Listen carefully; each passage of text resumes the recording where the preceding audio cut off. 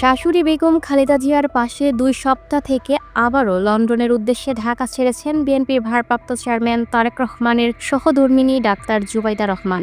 শনিবার ২০ ডিসেম্বর সকাল ৮:৩০টার দিকে বাংলাদেশ বিমানের BG-202 ফ্লাইটে সকাল ৮টা ৪০ মিনিটে লন্ডনের উদ্দেশ্যে ঢাকার হজরত শাহজালাল আন্তর্জাতিক বিমানবন্দর ছাড়েন তিনি। এর আগে সকাল ৭টা ১০ মিনিটে ধানমন্ডির বাবার বাসা থেকে জুবাইদা রহমান বিমানবন্দরের উদ্দেশ্যে রওনা করেন। পুরো যাত্রাপথে তার গাড়ি বহর ঘিরে নেওয়া হয় বিশেষ নিরাপত্তা ব্যবস্থা। এ সময় ডাক্তার জুবাইদার সঙ্গে তার পরিবারের সদস্যরাও ছিলেন। জানা গেছে, লন্ডনে যাওয়ার ৪ দিন পর আগামী ২৫শে ডিসেম্বর স্বামী তারেক রহমান ও মেয়ে ব্যারিস্টার জাইমা রহমানকে সঙ্গে নিয়ে আবারও দেশে আসার কথা রয়েছে ডাক্তার জুবাইদা রহমানের।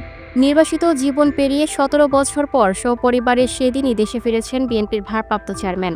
বিএনপির মিডিয়া সেলের সদস্য ও বিএনপি পরিবার আহ্বায়ক আতিকুর রহমান রুমন জানান, শাশুড়িকে মায়ের মতো করেই সেবা দিয়েছেন ডাক্তার জুবাইদা। সপরিবারে ঢাকায় আসার প্রস্তুতি হিসেবেই তিনি লন্ডনে যাচ্ছেন। তারেক রহমানের ফেরা উপলক্ষে প্রস্তুতি বিএনপি নিচ্ছে জানিয়ে তিনি বলেন, যে বাসায় তারেক রহমান সপরিবারে উঠবেন সে বাসার শেষ প্রস্তুতি চলছে। তবে সম্পূর্ণ প্রস্তুত না হলে গুলশানে মায়ের বাসা ফিরোজায় উঠতে পারেন।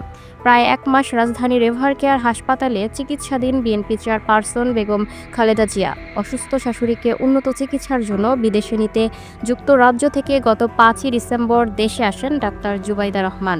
বেগম জিয়ার চিকিৎসার নানা দিক তত্ত্বাবধান করেন তিনি। তবে চিকিৎসকদের পরামর্শে বিদেশ নিতে না পারায় শাশুড়ির সঙ্গে ২ সপ্তাহ ছিলেন জুবাইদা রহমান।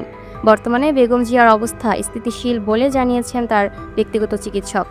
২০০৮ সালে দেশ ছাড়ার ১৭ বছর পর প্রথমবারের মতো ৬ই মে দেশে আসেন ডাক্তার Zubaida Rahman. Lucky Akter, up to date news, Dhaka.